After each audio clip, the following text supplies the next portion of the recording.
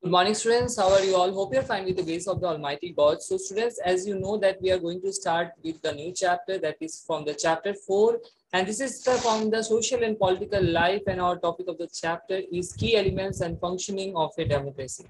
So, what we are going to learn in this chapter is about key elements that influence the functioning of a democracy, need to make decision with the collective sanctions, equality and justice as prescribed by the Constitution of India. So, what is the first step which is given in here is that what would you do in the different situation? Okay, a girl is being denied playing football with a group of the boys because they think girls cannot play football. What you will do? Okay, boys need to say, or girls also you can say. See, girls and boys are having equal rights and the status. Okay, it is not about the girls and the boys. Boys cannot play cricket. Girls cannot play cricket. Okay, if girls wants, they also nowadays girls are also playing cricket, what football, okay, volleyball. So the games are not reserved for anyone. Okay, each and everybody has the equal rights and equal status, and this rights and status is called what? The fundamental rights. Okay, and the fundamental rights are in the Indian Constitution of the article number 14. Okay, okay, now we are going to learn about this. An overweight boy in your school is not being allowed to participate in dance competition. A boy's weight is overweight, he is very fat. Okay, now he is not allowed to participate himself in the dance competition.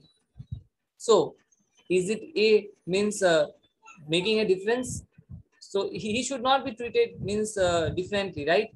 He also has the equal right as other two. So what you will do in this case, you will say, right? You will say that it should not become. Yes or no? That's what is the answer. Next, what we are going to learn is the introduction in that is there. In all the situation given above, a person is being discriminated. Whatever I have told, they are being discriminated. Now, discriminated means not given equal status. Okay, they are not treated equally or denied being treated equally. Now they are not being treated equally, denied being treated equally. Discrimination is against the key feature of a democracy, but what are the key features of a democracy? Let us find out in this chapter. So what is given here? Discrimination is the key feature, is the main element of the democracy. But what is the main element of the democracy then? The main element of the democracy we are going to study in this chapter. Okay, we are going to study in this chapter about the main element of the democracy. Next, you see that elements of a democracy is written in the page number 213. Okay, 213 it is written. Democracy is the system of government in which all the citizens of a country can vote to elect the representatives. These representatives form the government and take the decision on the behalf of the people. The key element of a democracy are participation of the people, decision making and resolution of conflicts on the basis of collective sanction, equality and justice. So what is the key element is the of the democracy? Democracy is the system in which, okay, we the general people, okay, we the general people vote one, we choose a leader who will rule, means who will rule us, okay, by the system of vote. Understood? In a democracy, it is a system through which we choose a leader. Okay, we vote and choose a leader, and as a return, that leader becomes take the power and rule us. Okay, this is the what? Democracy. And for a democracy, what we need? Okay, now suppose that became leader. That leader can rule with the help of what he will rule? With the help of the constitution, Indian constitution. What is a constitution? A constitution is a book of laws. Okay, rules and regulations. Like for example, in your school diary, okay, in your school diary, you will find many rules and regulations that how you have to stay in school, okay, how you have to behave with the teachers, principal, okay, how you have to clean your school grounds, you have to keep clean, no need to make the classroom dirty. Also, okay, speak English, that what it is written there. Any students does means anything like violates any school laws, they are required to pay fine, and also there is a punishment. The same thing is there in the Indian Constitution also. If you don't obey the Indian Constitution, okay, it is a violation of the what? The law. As a result, you will be punished. Okay, as a result, you will be punished. That's what it is written. Okay, students. Now, you see that participation of the pupil, if we say, the participation of the pupil is the foundation of a democracy. Okay, first of all the students choose their representatives to form the government. Okay, they vote in the election to elect the representatives for the period of 5 years. See, in a very simple, I will teach you. How does the pupil participate in the forming or making the government? In a very simple, I will teach you is that, you see, for first 5 years, the pupil will choose that to whom they want to make government. Okay, to whom they want leader, they will vote first. Okay, they will vote first. And as a result, after voting, which party, which person you have voted for, they will win. Okay, after winning, they will take the power and they will rule us. This is how the democracy, okay, and the people participate in making the government. Okay. Secondly, the pupil act as examiners as a policies introduced by the government. We say is that after taking the power of the pupil will be ruled by the leader he chose for, or leader he chose or she chose for, you can say. Whomever leader he or she chose for, that person will rule us. They openly express their views and criticize the government if necessary.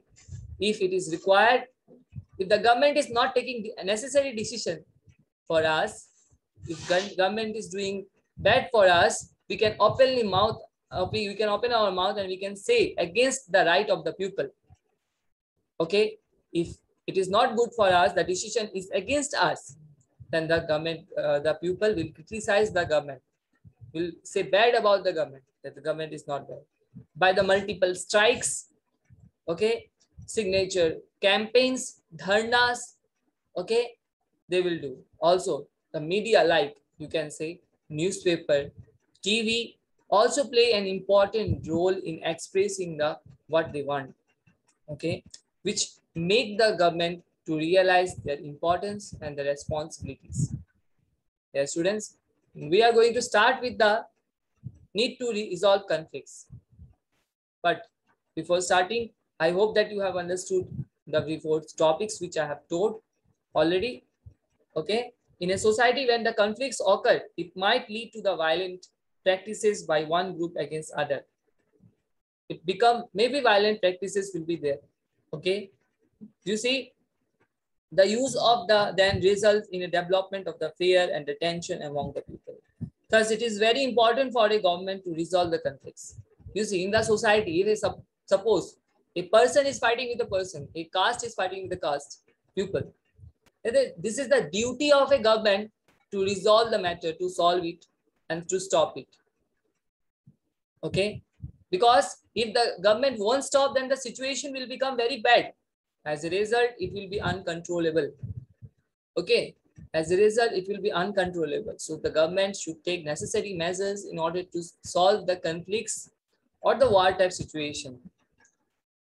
A conflict can occur among the people, states, or institution. It can become with anyone. It can become between the two person also. If two persons are fighting together, standing in the bazaar area, suppose, for example, I'm saying it.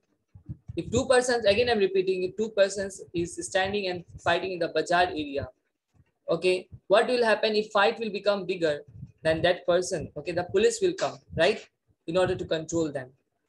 So this will happen. Okay, religious processions and celebration. There are large scale of religious procession and celebration. Okay, now I am saying about the why a conflict can occur among the people, states, or institutions. Some of the examples are used. A conflict can occur in this type of situation.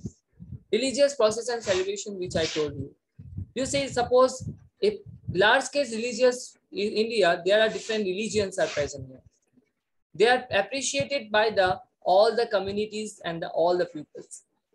The lack of mutual respect. If other will not respect each other, suppose one religion is not respecting others, there is a disrespect. Okay, then the other few means that is the opposite religion will become what very violent. Also, they will fight also. Okay, as you can say, what we need to do is that the government will just discuss the matter and will try to control the crowd and the situation in this case. Sharing of river water. When a water flows through a more than one state, okay, the division of the water may turn into the cause of conflicts between the states.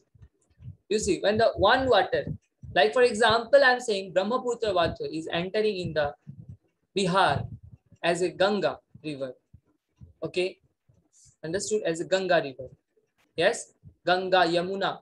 This Brahmaputra river only, later on, it changes the name to the Ganga, Yamuna. Yes, then let us start. The Kaveri River water dispute is one such dispute between the states of Karnataka and Tamil Nadu. These two states, Karnataka government and Tamil Nadu government, is fighting for the Kaveri River. Okay, the Kaveri River water dispute is one such dispute between the state of Karnataka and Tamil Nadu. The Kaveri River flows through the state of Karnataka and Tamil Nadu. Both the states have built dams on the rivers for the irrigation of fields, other purposes. Both of them has dams in order to stop the water. Okay.